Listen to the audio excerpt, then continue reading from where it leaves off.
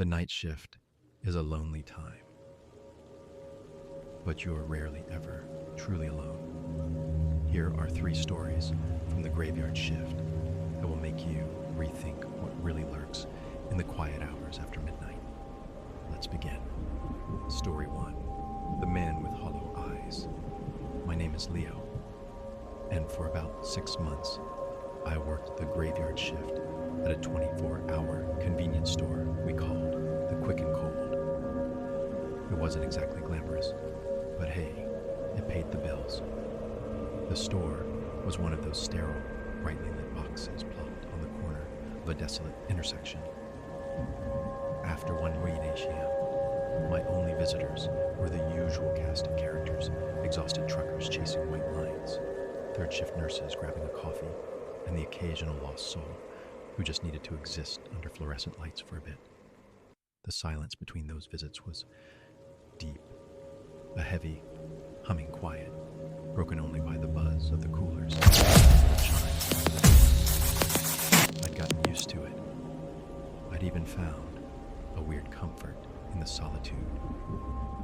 That comfort, however, completely shattered on a Tuesday night in late October. The evening started like any other. I'd restocked the chips, mopped up a soda spill, and was leaning against the counter, scrolling through my phone.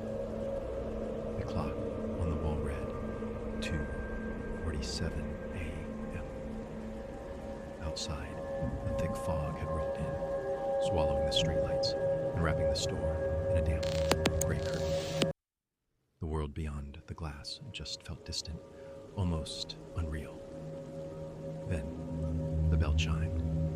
I looked up, my customer service smile already starting to form. 2 men walked in. The weird part was how they moved with this unnerving synchronicity, their steps falling in perfect rhythm. The first guy was tall and gaunt, wearing a thin, dark jacket that looked way too cold for the autumn chill. His face was all sharp angles and shadows, but his eyes are what grabbed me. They were dark, vacant pits. I don't just mean dark in color, they were empty. Like I was staring into 2 little voids that just sucked in the light. The second man was shorter, broader, and wore a similar dark coat. His face was rounder, but he had the exact same eyes hollow, lifeless, and with zero emotion. They didn't blink, not once.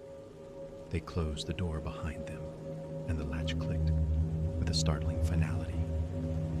They didn't speak. They didn't even look at each other. Their gaze was just fixed on me, and this cold dread, colder than any winter night, started snaking its way up my spine. My robbery training kicked in, a little pre-programmed script. Stay calm. Comply. Don't make sudden moves. The cash is insured. You're not. Evening, gentlemen, I said, my voice shaking just a little. What can I get for you? They didn't answer. They just started walking, slow and deliberate. They weren't browsing. They didn't grab a drink or a snack. They walked a slow, careful perimeter around the store, their hollow eyes scanning everything, but seeing nothing. They moved past the candy bars, the magazine rack, the coffee station. Their feet made absolutely no sound on the linoleum floor. The only noise was the hum of the coolers, which now seemed to be buzzing with this awful energy. My heart was a frantic drum against my ribs. This wasn't a robbery. Robbers are agitated, loud, desperate. These men were calm. Their silence was more terrifying than any threat. It was the silence of a predator, the kind right before an attack you can't see coming. I kept my hands visible on the counter. I tried to swallow the lump of fear in my throat, my mind racing. Were they on drugs? Was this some kind of bizarre, sick prank? Their movements were just too precise, too coordinated. There was an intelligence behind those empty eyes, a purpose I couldn't even begin to guess. After finishing their silent patrol, together at the front of the store, standing shoulder to shoulder right in front of my counter, about 10 feet away. They just stood there, watching me. The smile was long gone from my face. My breath came in shallow, panicked little gasps. The air in the store felt thick and heavy, charged with something I can't explain. I felt like an insect pinned under a microscope, being studied by something alien. I opened my mouth to speak, to ask what they wanted, to tell them to just take the money and go. But no words came out. My throat was tight, paralyzed by fear. The tall man took a single step forward, then another. The shorter man didn't move an inch, like a silent statue. The tall man didn't stop until he was right in front of the counter. I could smell the cold night air on his clothes, a scent of damp earth and rot. He raised a hand, and I flinched, expecting a weapon, a punch, something. His hand was pale, with long, slender fingers. He pointed a single finger, not at the register, but at me. Then he slowly, deliberately pointed towards the back of the store, towards the stockroom, towards the walk-in freezer. A new wave of terror washed over me, so intense it made me dizzy. The freezer, they didn't want the money. They wanted me. My mind flashed with horrific possibilities, but my body was frozen solid. I couldn't move. I could only stare into those terrible hollow eyes, which seemed to be drinking in my fear. The tall man spoke for the first time. His voice wasn't a voice. It was a dry, rasping whisper, like dead leaves skittering across pavement. It was a sound that was barely human. In, he rasped. That one word broke the spell. My paralysis gave way to a primal need to survive. I lunged for the panic button under the counter, but the shorter man moved with a speed that defied logic. He was just a blur. One moment, he was 10 feet away. The next, he was vaulting over the counter, his movements slick and unnatural. He grabbed my arm before my fingers even grazed the button.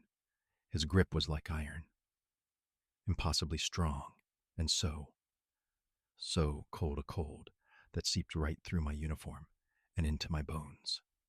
There was no struggle. There was no fight. He just pulled me, and I was completely powerless. He dragged me from behind the counter as the tall man opened the staff door to the stockroom. They didn't shove me or hit me. They just guided me, one on each side, their cold hands on my arms. The walk felt like a slow-motion nightmare. We passed the shelves of extra stock, the mop bucket, the boxes of paper towels.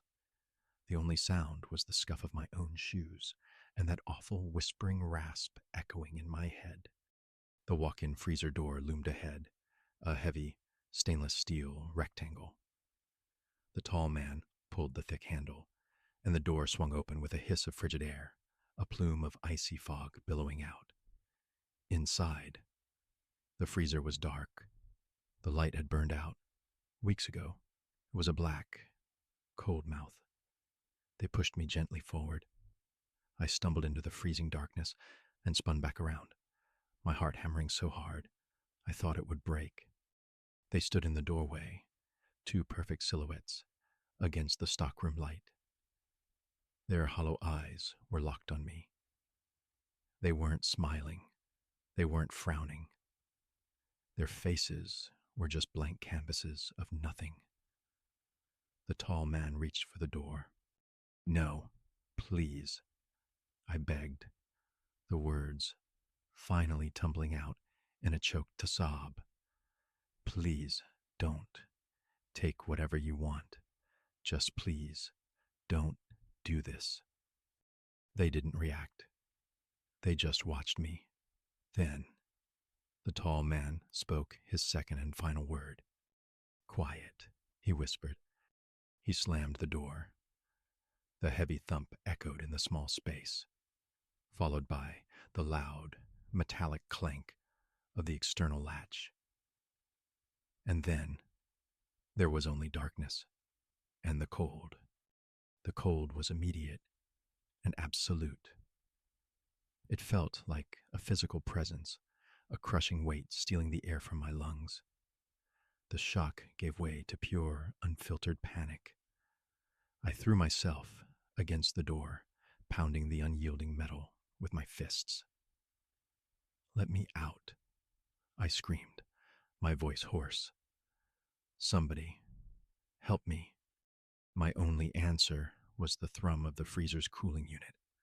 I screamed until my throat was raw, until my voice was just a pathetic croak. I beat on the door until my knuckles were bruised and bloody, the impacts making dull thuds that were swallowed by the insulated walls. Nothing. After what felt like an eternity. Exhaustion and despair started to sink in. I slumped to the floor, my back against the door, my body shaking violently. The darkness was total. I couldn't see my own hand in front of my face. The cold was a living thing, gnawing at me, seeping into my muscles, my joints, my bones. My thoughts were a jumbled mess. Who were they? What did they want? Why lock me in here? They didn't take any money. They didn't physically hurt me. This was something else, a different kind of evil. I tried to focus. My manager, Brenda, would be in at 6 a.m. That was 3 hours from now. 3 hours. Could I survive for 3 hours in sub-zero temperatures? I didn't think so. I pulled my knees to my chest, trying to save whatever body heat I had left. My teeth chattered uncontrollably. The shivering became a violent convulsion. My mind started to drift. I thought about my family, my friends, all the stupid, mundane things I'd never do again. The cold was making me sleepy, a deceptive, deadly lethargy. I knew I had to stay awake. I knew if I fell asleep, I would never wake up. I started talking to myself, reciting movie plots, song lyrics, anything to keep my mind going. But the cold was winning. My words slurred. My thoughts became sluggish, like syrup. The line between being awake and passing out started to blur, and in the encroaching darkness of my mind, I saw their eyes, those hollow, empty eyes. And I understood. They didn't want my money. They didn't want to kill me quickly.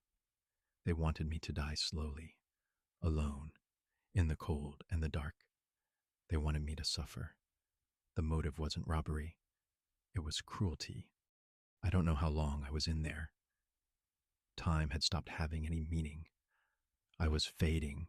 I was giving up. I was just ready for it to be over. And then I heard a sound, a faint clinking from outside the door. My mind, sluggish with cold, struggled to process it. Was it them? Were they back? Then I heard a voice, a familiar voice. "Leo, you in there?" It was Brenda, my manager. I tried to call out, but my throat felt frozen. All I could manage was a weak, guttural groan. "Leo." Her voice was frantic now. I heard fumbling with the latch, and then the door was wrenched open. Light flooded the freezer, blinding me. Brenda stood there, her face a mask of horror. The clock on the stockroom wall read 3:30 a.m. I had only been in there for 45 minutes. It felt like a lifetime. She told me later she'd had a sudden gut feeling that something was wrong. She lived just a few blocks away and decided to come in early. She found the store empty, the till untouched, and my phone on the counter.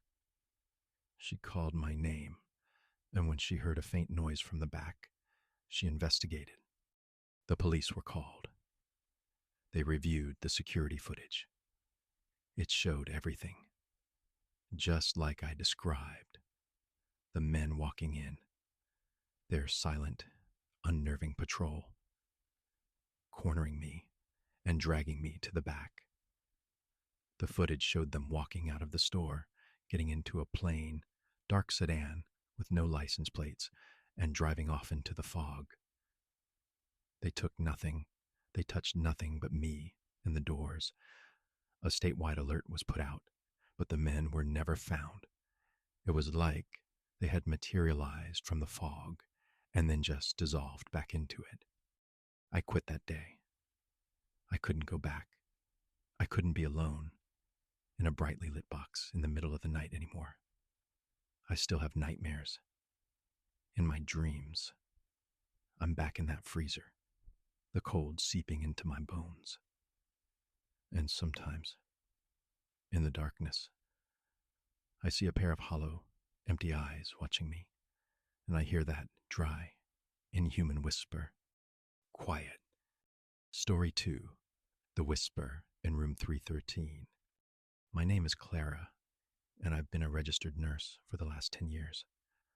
I've worked in ERs, ICUs, and for the past 3 years, I found my place on the palliative care floor of an old hospital called St. Jude's.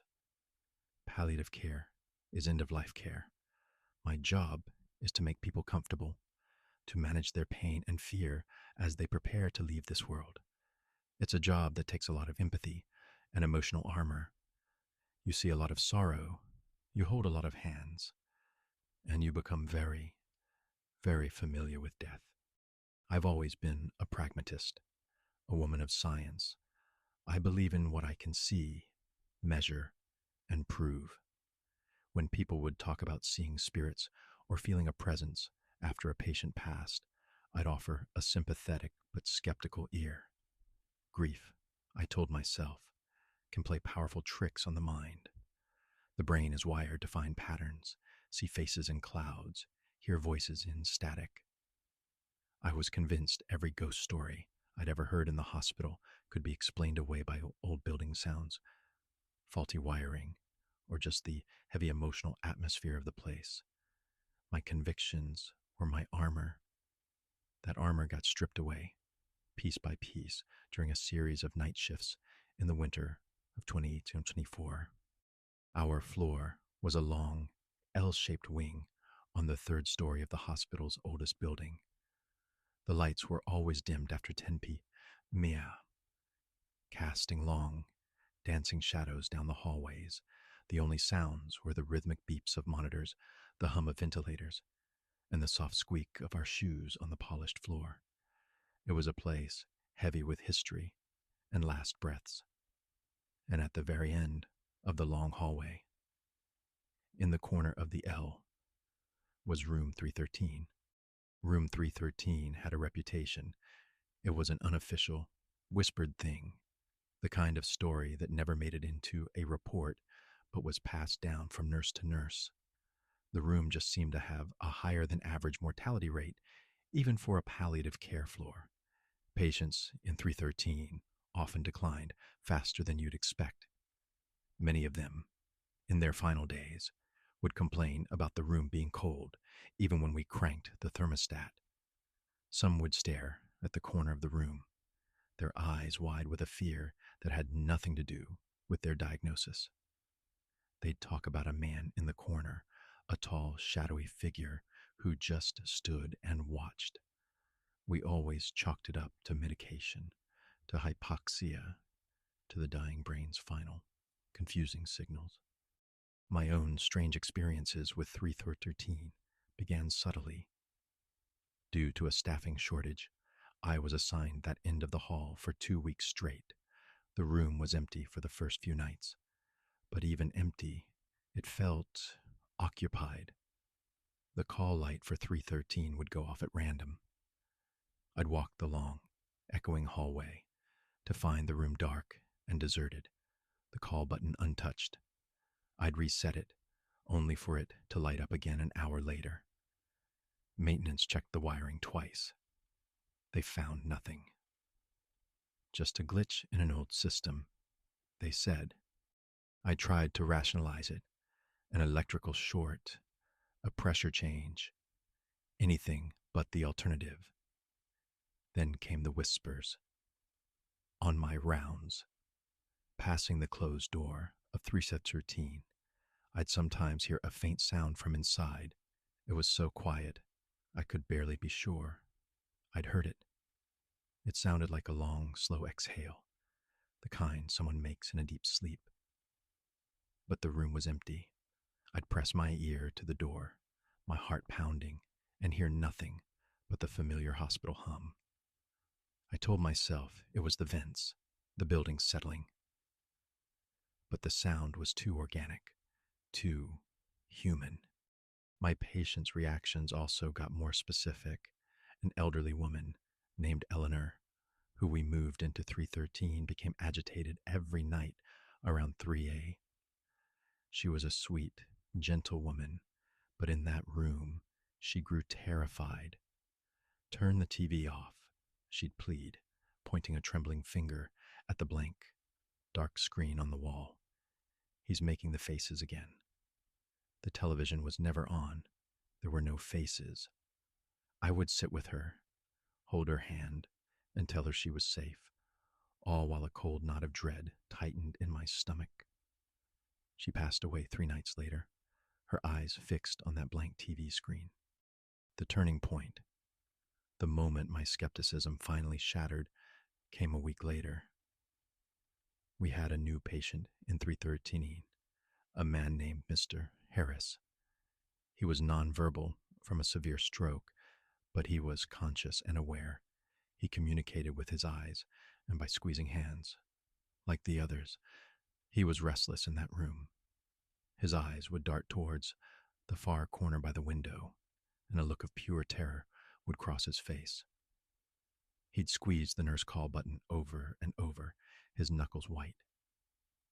When I'd come in, he would just stare at me, his eyes pleading. It was around 2:30 a.m. on a Tuesday or Wednesday. The floor was unusually quiet. The call light for 313 went on. I walked down the hall, that familiar unease washing over me. As I got closer, I noticed the door was slightly ajar. I knew I had closed it. I pushed it open. The room was freezing. A deep, penetrating cold that was completely different from the rest of the climate-controlled hospital. I could see my own breath. Mr. Harris was wide awake, his eyes wider than I'd ever seen them. He was staring at the corner of the room, the same one Eleanor had been so afraid of. His body was rigid with fear. I followed his gaze. There was nothing there. Just an empty corner, shadows playing on the pale green walls. Mr. Harris, I said softly, my voice sounding thin in the icy air. It's just me. Clara, you're okay. He didn't look at me. His gaze was locked on the corner. Then I heard it.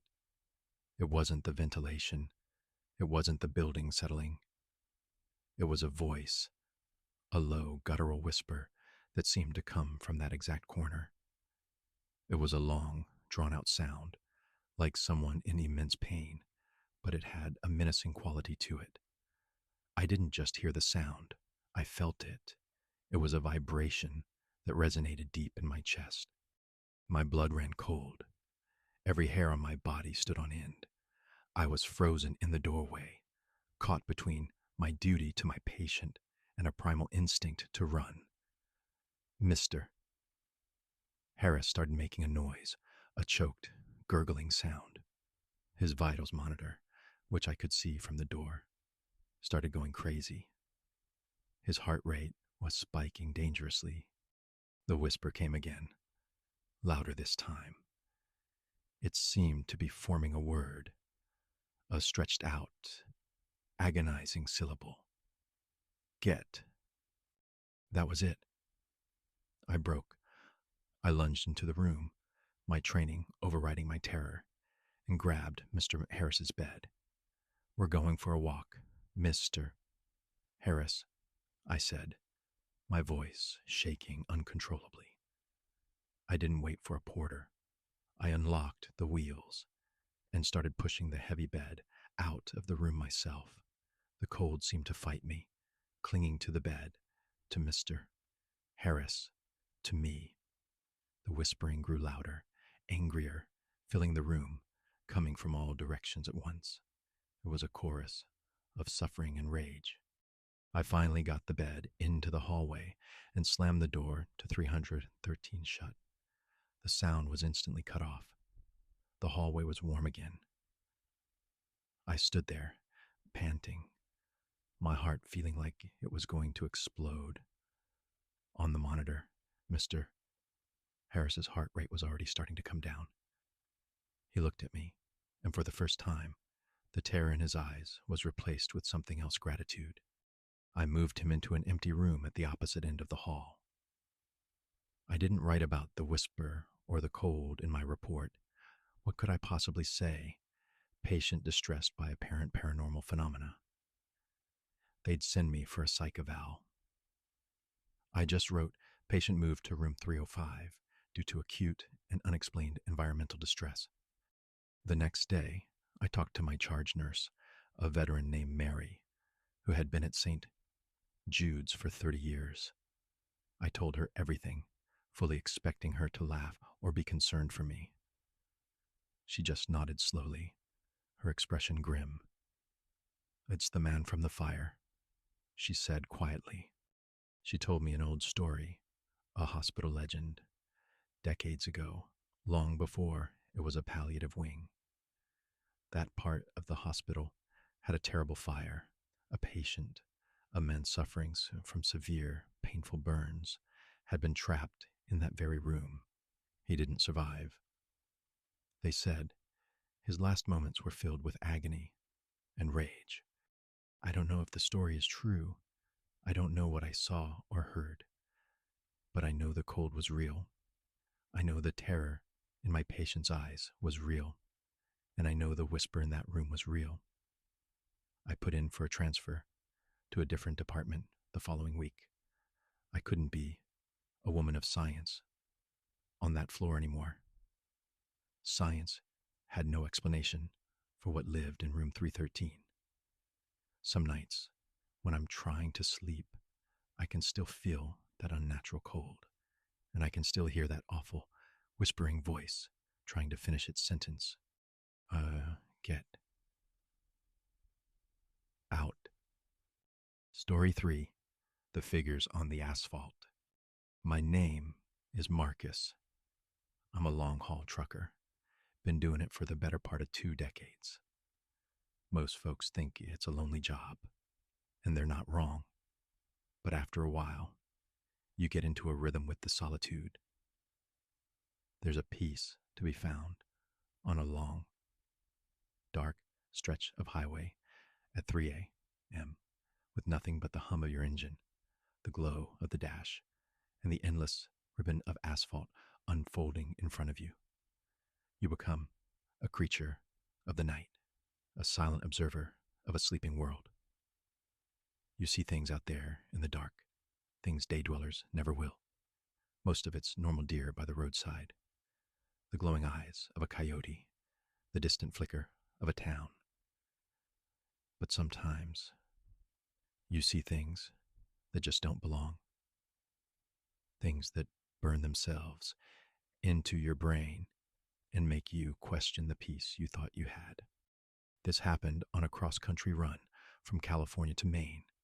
I was somewhere in the vast, empty part of eastern Nevada. It was a moonless night, the kind of deep, inky blackness you only find in the desert, far from any city lights. The sky was full of stars, but they did little to light up the world below. My headlights were like 2 white tunnels cutting through the oppressive dark. I was on a 2-lane highway, a lonely strip of pavement stretching through miles of sagebrush and rock. I hadn't seen another car for at least an hour. I was feeling that familiar late-night fatigue. My eyes were heavy, and I was running on stale coffee and the last of an energy bar.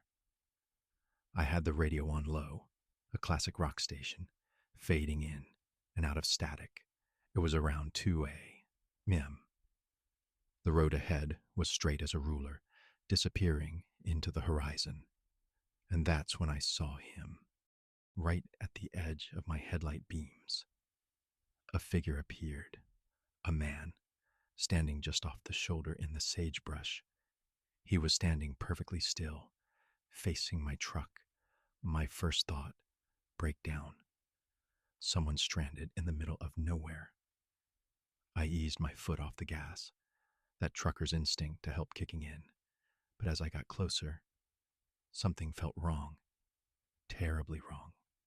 He was dressed in dark, ragged clothes that just blended into the shadows. He was tall and unnaturally thin, his limbs like long, spindly sticks. But it was his posture that was so unsettling. He wasn't waving for help. He wasn't trying to flag me down. He was just standing there. His head was tilted at this bizarre, unnatural angle, like his neck was broken. Even from a distance, I could feel this intense malevolence coming off him, a silent, predatory stillness that made my skin crawl. I was about 100 yards away when my gut screamed at me. This wasn't someone who needed help. This was a threat. My hand, which had been moving to flash my lights, instead gripped the steering wheel tighter. I put my foot back on the accelerator. I wasn't stopping. I was going to blow past him and not look back. As my truck thundered closer, my headlights lit him up completely.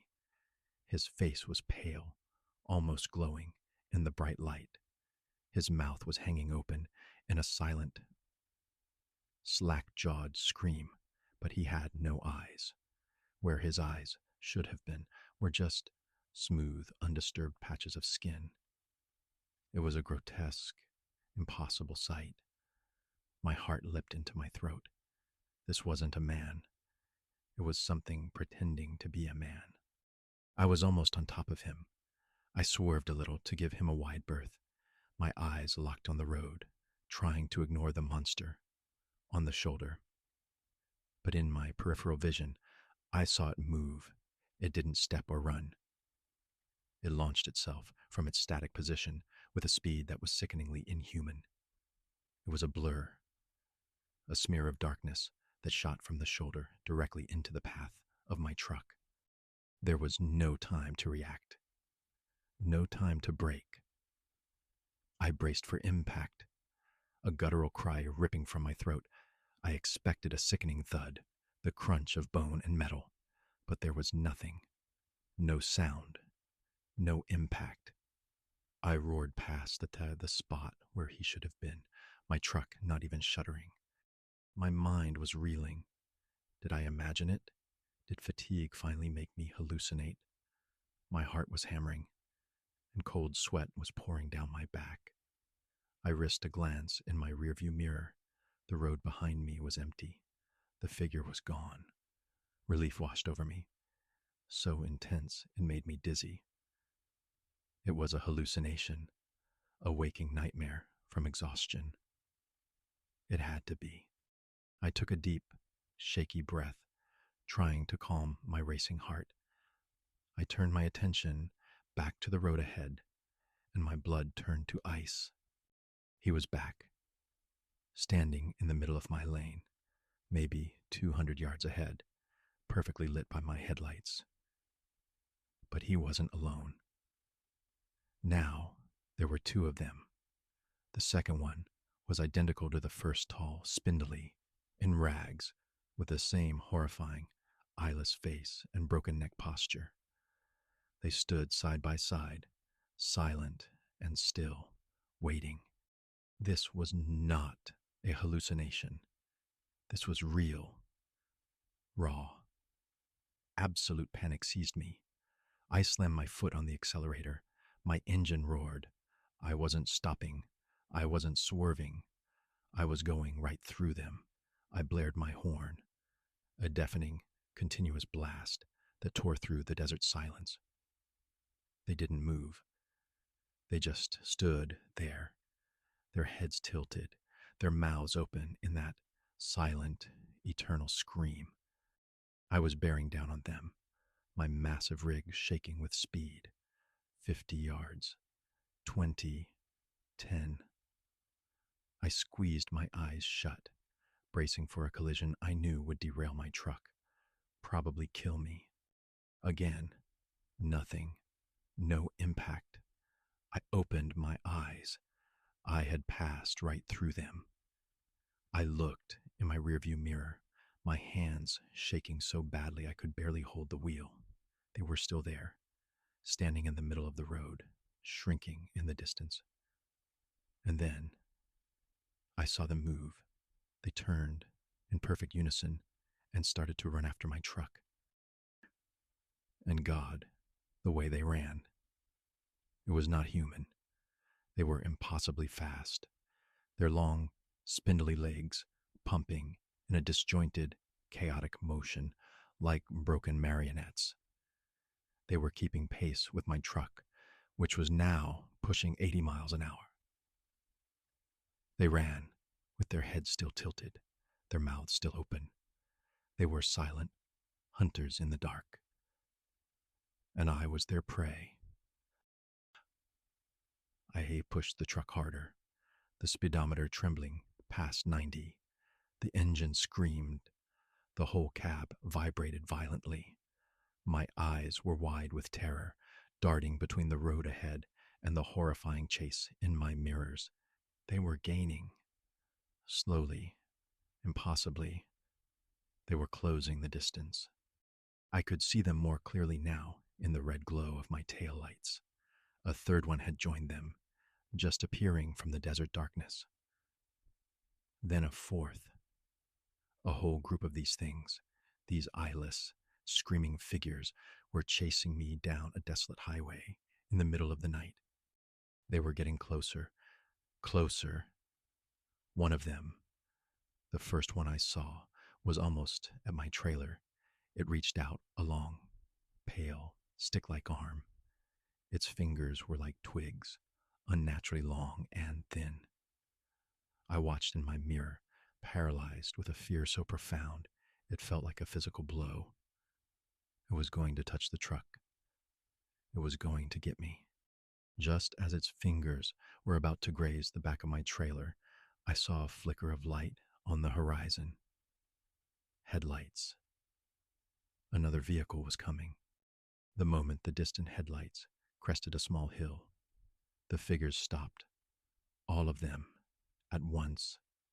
They froze in the middle of the highway, their frantic movements ceasing instantly. As the approaching car got closer, its lights washing over them, they dissolved. They didn't run off. They just faded like smoke, their forms becoming transparent and then vanishing completely. By the time the other car, a pickup truck, passed me going the other way, the road behind me was empty again. I didn't slow down.